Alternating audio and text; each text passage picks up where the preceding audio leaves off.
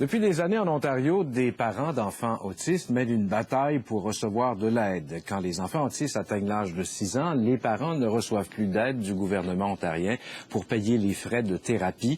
L'an dernier, la Cour d'appel a jugé que cette politique du gouvernement n'était pas discriminatoire. Alors, les espoirs de 28 familles ontariennes se sont tournés vers la Cour suprême du Canada. Mais la Cour suprême a décidé de ne pas entendre leur cause. J'en parle avec Andrew Kavchak, c'est un parent d'enfants autistes qui ne reste pas à la maison pour se plaindre, mais qui s'implique à fond pour les familles d'enfants autistes. Bonsoir, M. Kavchak. Bonsoir. Dites-moi, pourquoi la Cour suprême a-t-elle refusé d'entendre la cause des parents? Malheureusement, on ne donne pas de raison. Il n'y a pas d'explication. La semaine dernière, quand ils ont annoncé qu'ils ont refusé d'entendre l'appel dans l'affaire d'Eskin-Weinberg. Mais nous savons par contre qu'en 2004, ils ont entendu et ils ont fait une décision dans le cas de Houghton de la Colombie-Britannique. C'était un cas semblable. C'était pas une question d'avoir accès au traitement dans le système scolaire, mais dans le système de santé publique où il y a présentement à travers le pays aucune province qui offre le traitement pour les enfants autistes dans le système public de soins. Et dans cette décision-là, le Cour suprême du Canada a dit que c'est entièrement une question pour les politiciens de décider comment dépenser l'argent. Alors, on peut soupçonner que c'est probablement la même sorte de logique. Et le problème, c'est que nous avons une charte de droit qui est maintenant on fête le 25e anniversaire. C'est clairement indiqué dans la charte de droit que tout le monde a le droit à l'égalité.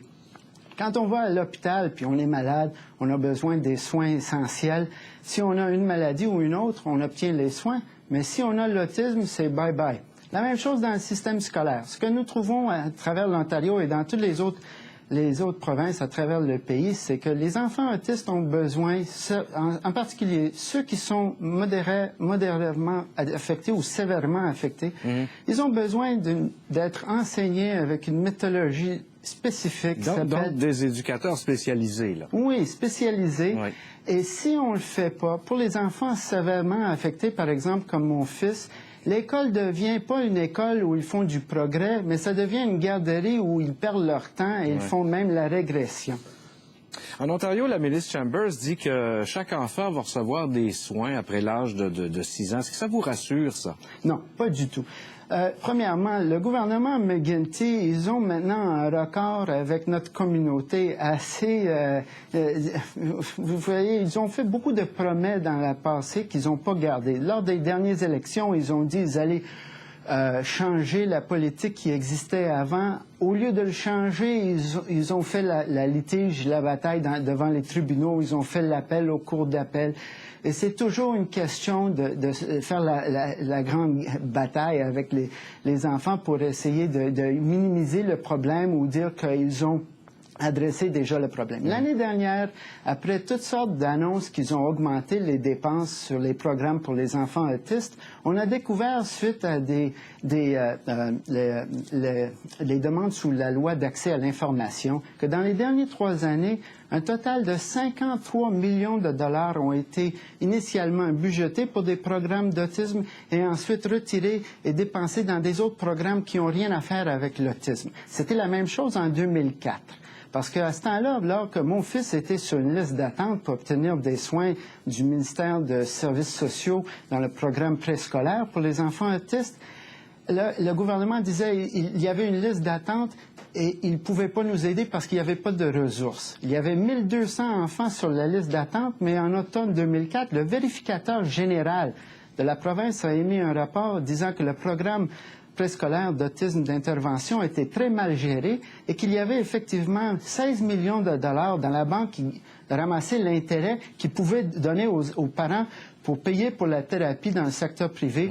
Et puis, ma famille, on a dépensé dans les premiers 11 mois plus que 40 000 $ dans le secteur privé et ça a pris plus que 15 mois avant finalement le gouvernement nous a donné un coup de main avec un peu d'assistance financière. Les élections s'en viennent. Est-ce que vous allez en profiter pour vous faire entendre? Absolument. Pas juste au niveau provincial, mais au fédéral aussi. Ça fait maintenant depuis quelques années qu'on demande au gouvernement fédéral de reconnaître que nous avons une crise à travers le pays Aux États-Unis, le Centers for Disease Control a maintenant annoncé qu'un de tous les 150 enfants va obtenir un diagnostic sur le spectrum d'autisme. Pour beaucoup de personnes, c'est pas juste une crise, c'est une épidémie. Il y en a beaucoup de ces enfants qui ont besoin de l'aide. Et on veut que le fédéral reconnaisse que les provinces, à date, ont été négligents et irresponsables avec ces enfants.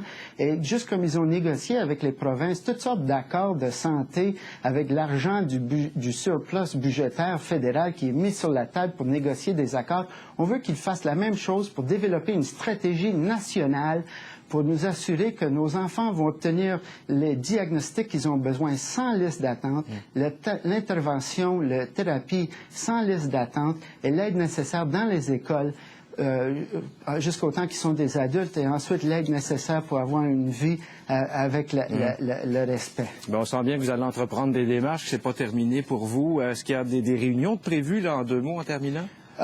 Nous avons bientôt, vous savez, il y a eu, justement, dans les dernières quelques semaines, un rapport du Sénat qui a été déposé par la Comité des affaires sociales qui demande au gouvernement fédéral de développer en concert avec les provinces une stratégie nationale. Et nous, dans la communauté, on va continuer à demander le ministre fédéral de Santé, M. Clement, d'adopter ces recommandations. Bien, M. Kavchak, merci beaucoup d'être venu nous voir à Panorama aujourd'hui. Merci beaucoup, M. Granger. Bonne soirée. Bonne soirée.